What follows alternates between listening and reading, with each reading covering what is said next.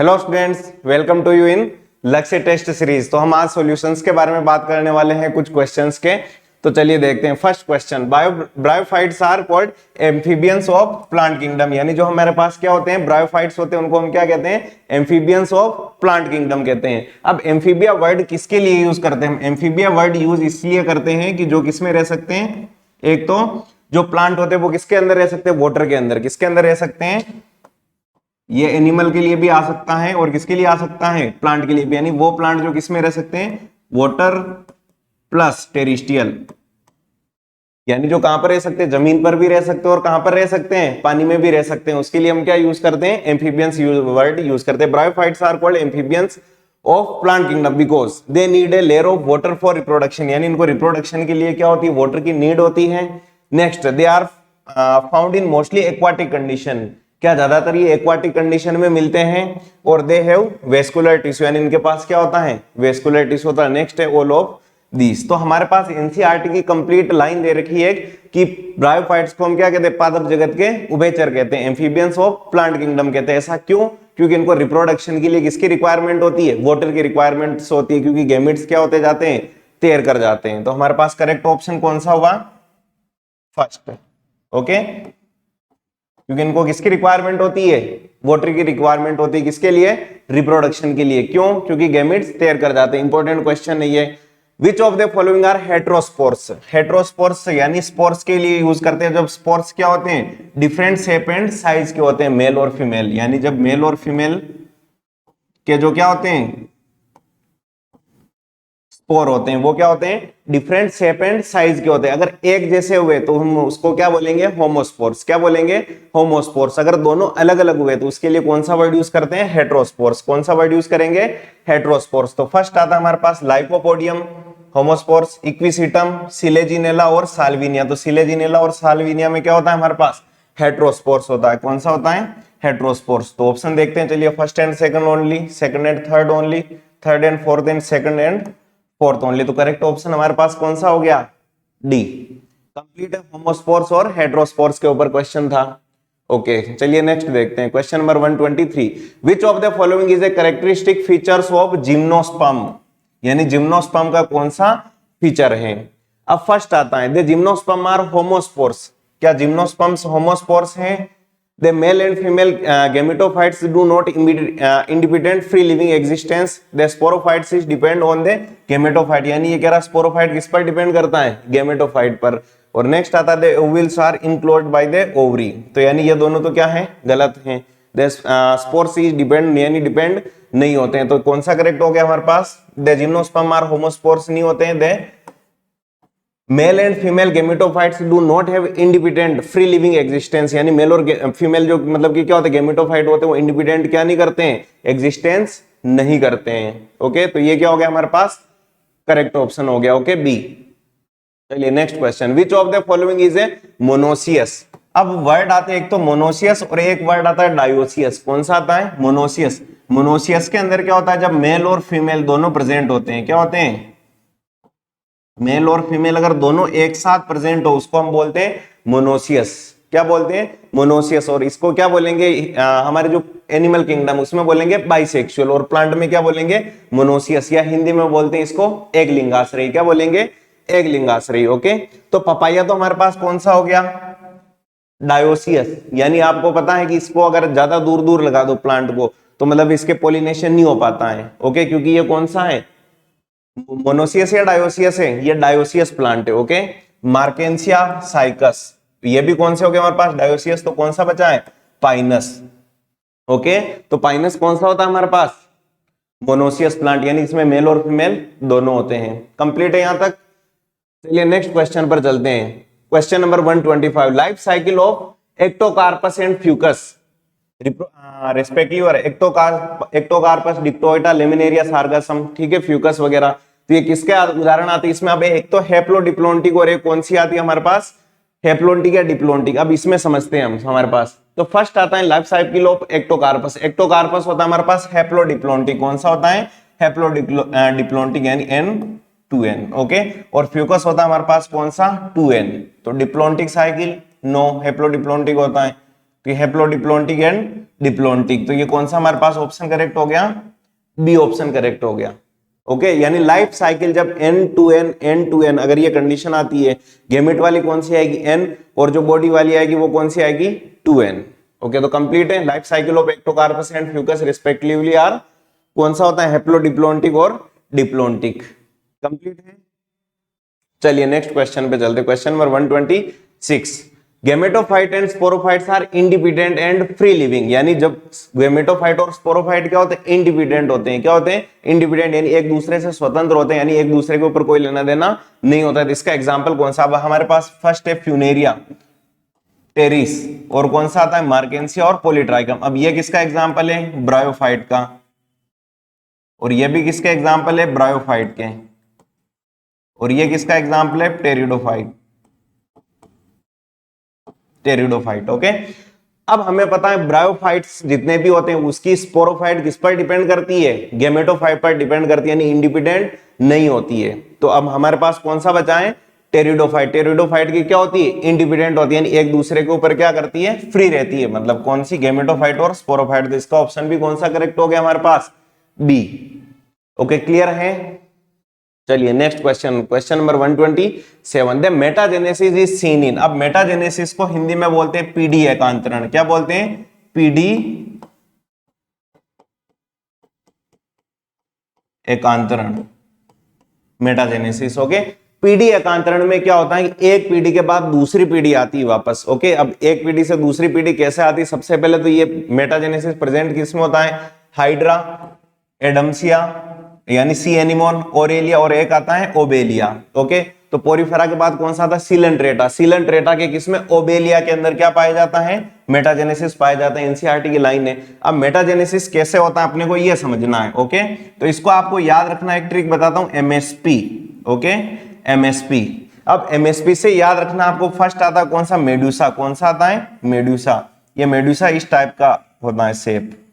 Okay, ये होता है मेडुसा एम से। और नेक्स्ट आता है कौन सा, पोलिप। तो पोलिप होता है इस शेप का, छतरी का आकार का, तो कौन होता है, मेडुसा। ओके, तो ये कौन सा हो गया, मेडुसा, और ये कौन सा हो गया, पोलिप। ओके, अब जब मेड्यूसा अगर कौन सा रिप्रोडक्शन करेगा, सेक्सुअल, कौन सा करेगा, सेक्सुअल, तो क्या बनेगा, पोलिप बनेगा। क्या बनेगा, पोलिप। अगर मेडुसा ने कौन सा रिप्रोडक्शन किया, सेक्सुअल किया, तो क्या बनेगा, पोलिप। और अगर पोलिप ने कौन सा रिप्रोडक्शन किया, पोलिप ने अगर रिप्रोडक्शन किया कौन सा, एसेक्सुअल। कौन सा किया, एसेक्सुअल। अगर पोलिप ने एसेक्सुअल रिप्रोडक्शन किया तो कौन सा बनेगा, मेडुसा। यहां तक कंप्लीट है। अब क्वेश्चन आता है कि अगर मेडुसा ही अगर क्या कर ले, एसेक्सुअल कर ले, कौन सा रिप्रोडक्शन कर ले, एसेक्सुअल कर ले, तो इससे क्या बन जाएगा फिर, अगर कौन सा, अगर मेडुसा कौन सा रिप्रोडक्शन कर ले, एसेक्सुअल कर ले, क्या कर ले, एसेक्सुअल, तो इससे मेडुसा से क्या बन जाएगा, मेडुसा ही बन जाएगा। ओके, और अगर पोलिप कौन सा रिप्रोडक्शन कर ले, सेक्सुअल कर ले, कौन सा कर ले, सेक्सुअल, तो क्या बन जाएगा हमारे पास, पोलिप से पोलिप ही बन जाएगा। तो यहां तक समझ में आ गया हमारे पास, ये किसमें होता है, ओबेलिया में होता है। किसमें होता है, ओबेलिया में क्या होता है हमारे पास, मेटाजेनेसिस, यानी इसको हिंदी में बोलते हैं हम पीडी एकांतरण। ओके, यहां तक कंप्लीट है। चलिए तो नेक्स्ट क्वेश्चन की बात करते हैं, question number 128। Common character between flat worms, round worms and earth worms. Okay, flat worm किसका एग्जांपल है हमारे पास, राउंड वर्म किसका एग्जांपल, और अर्थ वर्म किसका एग्जांपल है। ओके, तो फ्लैट वर्म आते हैं हमारे पास सबसे पहले पोरीफेरा, सिलेंट्रेटा, टिनोफोरा, और उसके बाद क्या आता है, प्लेटेहेल्मिंथीस। प्लेटेहेल्मिंथीस का कौन सा आता है एग्जांपल, फ्लैट वर्म, उसके बाद एस्केल्मिंथीस का राउंड वर्म। ओके, और एनेलिडा का कौन सा आता है हमारे पास, अर्थ वर्म।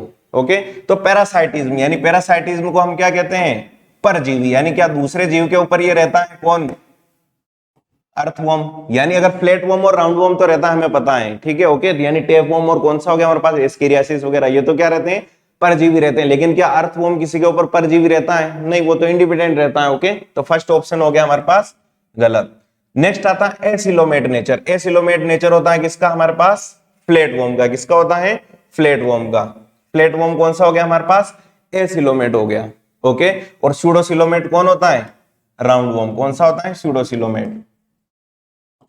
ओके, लेकिन अर्थवॉर्म तो क्या होता है हमारे पास? सिलोमेट। क्या होता है? Coelomate, coelomate. ओके, अब ऑप्शन हमारे पास ये भी गलत है क्योंकि सारे नहीं है, और स्यूडोसिलोमेट भी गलत है क्योंकि सारे नहीं है। तो अब ऑप्शन कौन सा बचा है हमारे पास? ट्रिप्लोब्लास्टिक। यानी हमारे पास जो फ्लैट वॉर्म है, राउंड वॉर्म है, और कौन है? अर्थवॉर्म है। ये सारे के सारे क्या पाए जाते हैं? सारे के सारे होते हैं ट्रिप्लोब्लास्टिक, यानी 3 जर्म लेयर होती है। ट्रिप्लोब्लास्टिक के अंदर कितनी जर्म लेयर होती है? 3 जर्म लेयर। ट्रिप्लोब्लास्टिक में कौन कौन सी जर्म लेयर होती है? एक्टोडर्म, और कौन सी होती है? मेसोडर्म, और कौन सी होती है? एंडोडर्म। एंडोडर्म। ओके, कंप्लीट है। चलिए नेक्स्ट बात करते हैं अब हम। अब एक्टोडर्म, मेसोडर्म और एंडोडर्म होती है हमारे पास। अब ये बनती कब है? क्वेश्चन अगर आ जाए बनती कब है, तो ये कौन सी? गेस्टुला स्टेज में बनती है एम्ब्रियो के। कौन सी स्टेज में? गेस्टुला स्टेज। ओके, गेस्टुला, गेस्टुला स्टेज में बनती है। तो ट्रिप्लोब्लास्टिक हमारे पास करेक्ट हो गया ऑप्शन। चलिए क्वेश्चन नंबर 129। ठीक है, ए, बी और सी यानी तीनों फाइंड आउट करना। फर्स्ट हमारे पास दे रखा है कि अगर इसके बीच में कैविटी है तो ये कौन सा है? सिलोमेट। कौन सा है? सिलोमेट। अभी हमने बात की थी पिछली स्लाइड में, देखिए अर्थवॉर्म हमारे पास क्या था? सिलोमेट। और अर्थवॉर्म किसका एग्जांपल है? एनेलिडा का। किसका एग्जांपल है? एनेलिडा का, जो मैंने लास्ट में बताया था अभी, एनेलिडा। ओके, अब हमारे पास सेकंड आया, ध्यान रखना कि अगर इसके बीच बीच में कहीं कहीं प्रेजेंट है। ओके, एक्टोडर्म, एंडोडर्म, मेसोडर्म और एंडोडर्म के बीच में। ठीक है, लेयर के बीच में अगर थोड़ा सा स्पेस होता है, किसके बीच में? एक्टोडर्म और इस लेयर के बीच में मिजोग्लिया होती है ये वाली। यानी अगर इसमें अगर हम बात करते तो ये भरा होता है किसे? मिजोग्लिया से। किससे भरा होता है? मिजोग्लिया। तो मिजोग्लिया की जगह अगर ये थोड़ा थोड़ा स्पेस है, उसको हम बोलते हैं स्यूडोसिलोमेट। क्या बोलते हैं? Pseudo coelomate. और स्यूडोसिलोमेट अभी हमने पढ़ा था कि हमारे पास कौन सा एग्जांपल है? राउंड वॉर्म, जिसको हमने क्या बोला था? एस्के हेलमिंथीस। क्या बोला था? एस्के हेलमिंथीस। तो ये किसका एग्जांपल है हमारे पास? एस्के हेलमिंथीस, एस्के हेलमिंथीस।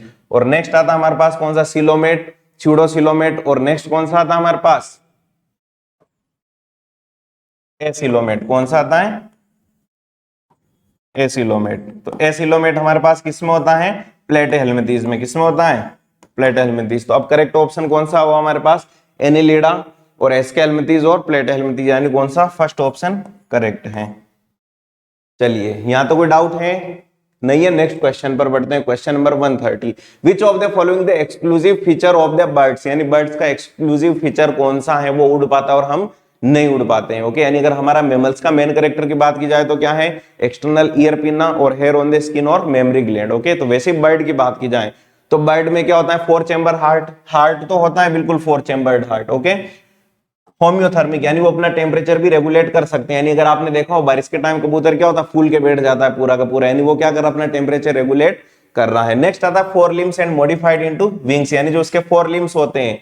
ये हमने पढ़ा था किसका? कौन से एग्जाम्पल है? डाइवर्जेंट या कन्वर्जेंट? ये डाइवर्जेंट का एग्जाम्पल है, यानी हमने इकोलॉजी में पढ़ा था, ये इकोसिस्टम में पढ़ा था, किसमें पढ़ा था? इवोल्यूशन में। इवोल्यूशन में पढ़ा था। ये किसका एग्जाम्पल था हमारे पास? डाइवर्जेंट का। किसका था? डाइवर्जेंट। डाइवर्जेंट इवोल्यूशन या किसका था? ये होमोलोगस का भी एग्जांपल था। ओके, कि 4 लिम्स किस में कन्वर्ट हो जाते हैं? विंग्स में कन्वर्ट हो जाते हैं। ये केवल और केवल किसके लिए सही था? बेट्स के लिए। किसके लिए था? बेट्स के लिए, यानी चमगादड़ के लिए सही था। ओके, किसके लिए था ये? बेट्स यानी चमगादड़ के लिए। पढ़ा था हमने वहां पर कि वेल के फ्लिपर्स, चमगादड़ यानी बेट्स के क्या होते हैं? विंग्स, और ह्यूमन के क्या होते हैं? हाथ, और चीता के क्या होते हैं? अग्रपाद। ये सभी किसके एग्जाम्पल थे हमारे पास? डाइवर्जेंट के। और किसमें था? ये बेट्स में था। ओके, प्रेजेंस ऑफ फीचर्स, यानी उसमें पंखों का होना क्या है? मेन फीचर है। किसके अंदर? बर्ड्स के अंदर। ओके, तो करेक्ट ऑप्शन हमारे पास कौन सा हो गया? डी हो गया। चलिए, क्लियर है यहां तक?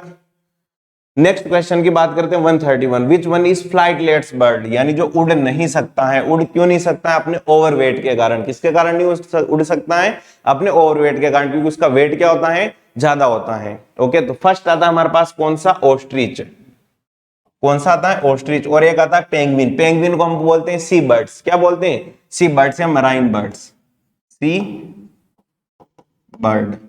ओके, अब ये दोनों क्या नहीं कर सकती? उड़ नहीं सकती। तो कौन सा ऑप्शन करेक्ट हो गया हमारे पास? ऑस्ट्रिच और पेंगुइन, यानी ये दोनों उड़ नहीं सकती। क्यों नहीं उड़ सकती? अपने ओवरवेट के कारण।